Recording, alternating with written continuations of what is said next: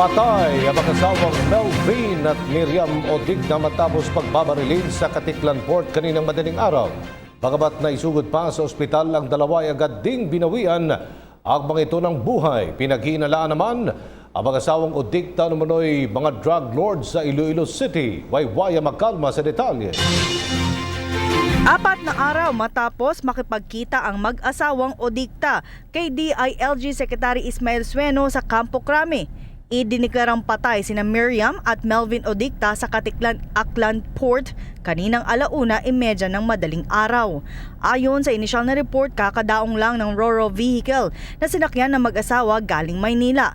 Naglalakad na ang mag-asawa sa walkway ng terminal.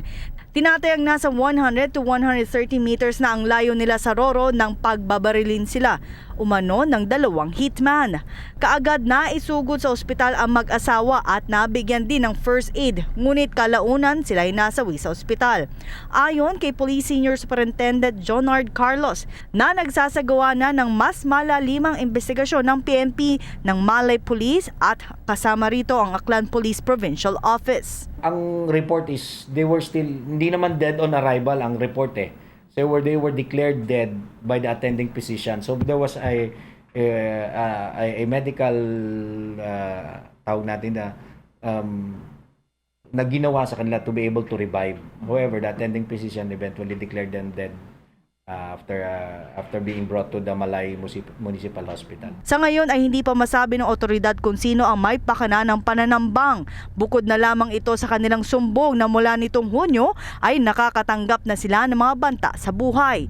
Dahil mismong sinabi ni DILG Sueno na nagpakita pa ng mga confidential documents ang mag-asawa sa kanya at nagbigay na din sila ng affidavit sa Criminal Investigation and Detection Group o CIDG para sa investigasyon.